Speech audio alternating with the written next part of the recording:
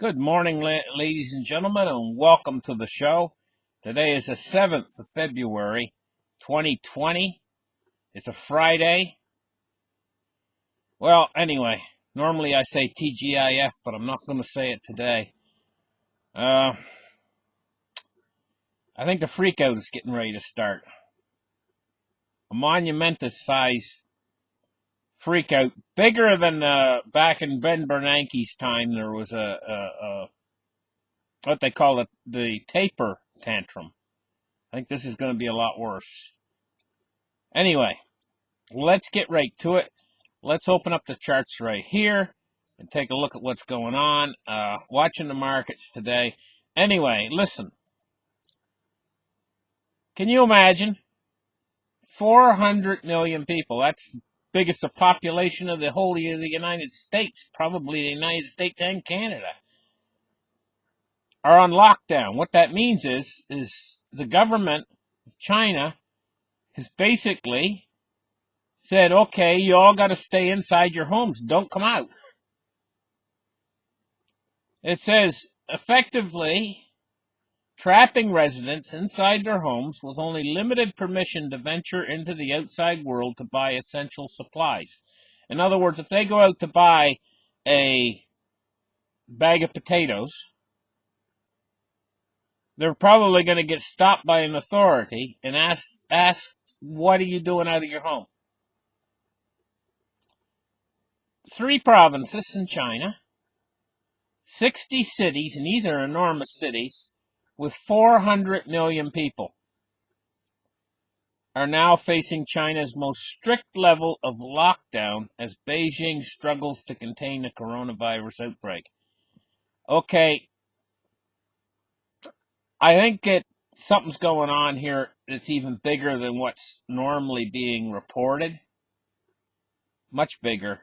And I think when we look at these cruise ships, they leave the dock with the cruise ship, and it's like, how many infections?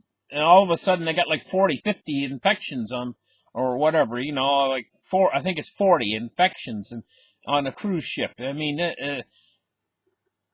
in my mind, I think that's something that is extremely contagious. I mean, I don't know about you guys, but to me, that means extreme contagion. Let's take a look now at silver. And I'm going to tell you what, I think that this troubles with the markets and stuff is just starting. I think things are starting to dawn on them. 1773 for silver price. And it's following a range right now. The range is in around 1765 is the center of the range it has right here. And right now we're at 1773. The top end of the range is around 1780. So let's establish that range there. Will it break through that range to the upside? Yeah, I think so. 1773. I think silver's going to have a breakout pretty soon because it's a safe haven asset. Let's take a look at gold. 1572. Now, it looks like gold is broken out of its range right now. Silver generally follows gold. So we're going to see silver, I think, break out of its range to the upside.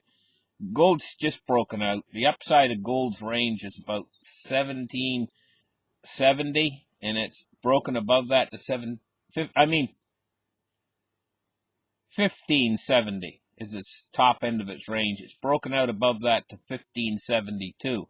It's up $5.70. Now let's take a look at crypto. Crypto's doing great. When I went to bed last night, it was about 276. Now it's almost 279, 278.9, 64%. So you see the Bitcoin dominance dropping back. This means that I think it's going into a bull market. $9,800 for Bitcoin. Ethereum's $221. XRP's 28.1 cents. Bitcoin Cash is $439. $293 for SV, Bitcoin SV. Litecoin is $73.94. EOS is $4.62. Binance Coin is $22.05. Cardano is 6 cents. Tezos is $2.19. Tron is 2.2 cents. Stellar is 7.2 cents. $80 for Monero. Ethereum Classic is $11.65. And Dash is $119.60.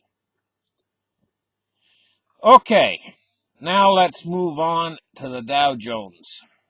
It's down 209 points so far today, and I think this is just the beginning of a monster-sized freakout.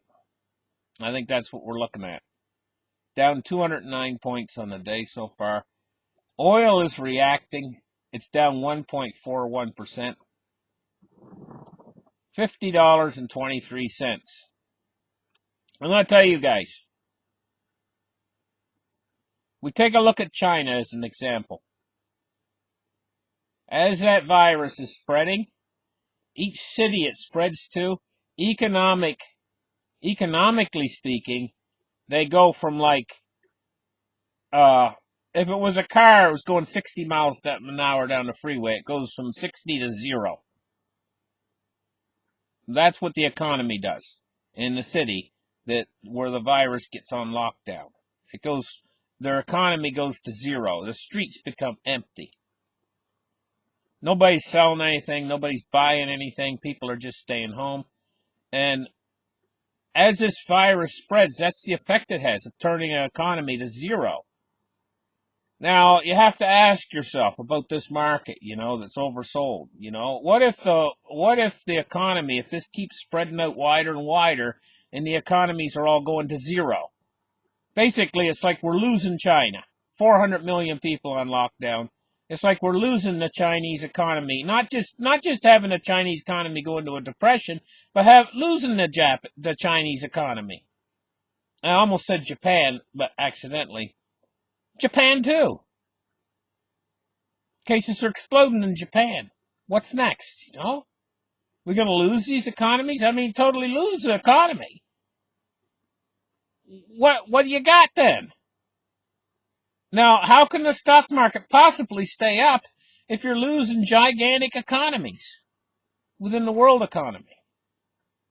I'm amazed it hasn't reacted sooner, but it's maybe a little bit of a delayed reaction, and I was talking about that on my show, a delayed reaction, but I think we're just barely seeing the tip of the iceberg of what we're going to see in a reaction, and the place to be when all this happens is in a safe haven asset, and the world's premier safe haven asset is right here.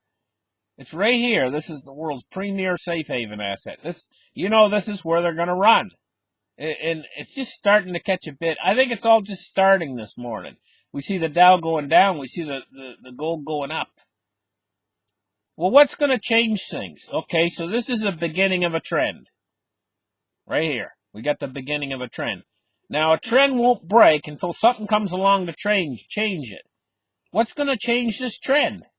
Or is this trend just going to continue to get worse, and the gold going to continue to go up higher and higher, and the stock market go down lower and lower? That's a trend.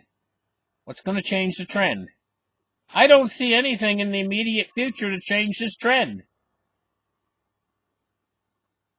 Except it getting worse.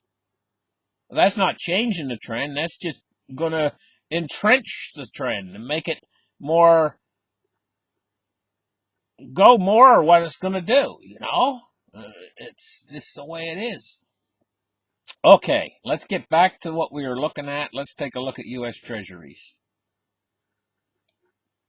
We're looking at Treasury yields falling pretty substantially today, especially on the long end of the yield curve. 6.7 basis points on the U.S. 30 years, quite a large move in Treasuries. U.S. 10-year, 6.1 basis points. U.S. 10-year now has dropped back down below 1.6. It's now 1.58 on the U.S. 10-year. Remember, all debt is based off of the U.S. 10-year. Okay, so you got to watch that 10-year pretty closely to what it's doing. Let's take a look at the U.S. dollar index now. 98.46, and the dollar is getting turbulence in it today. You know, we're seeing some rapid moves up and rapid moves down. This is volatility in the U.S. dollar. 98.46. The dollar's becoming a little bit unstable. I'll tell you guys, we could be witnessing something that's absolutely massive. We're on the verge, I think, of something absolutely massive in the markets. And listen, you just heard some ice falling off of my roof, okay? We've had terrible ice storm. Now I hear it forecast that there's a big wind coming. Big wind, much bigger than normal. You know, we're looking at 60, almost hurricane. But yeah, I would say hurricane force. Yeah, right close or close to it. Winds on top of a layer of ice. Okay, you guys, maybe maybe this weekend you might not even hear from me. And the reason why is our power's probably going to be out. And it's cold as heck here, and most of my heat is electric. So I'm not too happy about that. You know, I mean, anyway, let's hope that they get the power back on soon, because I think it's almost a certainty it's going to go out. But I hope it doesn't go out for too long, you know. Anyway, listen, thank you guys for listening to my report. Give me a thumbs up, and we'll catch you guys in the next show. Bye-bye.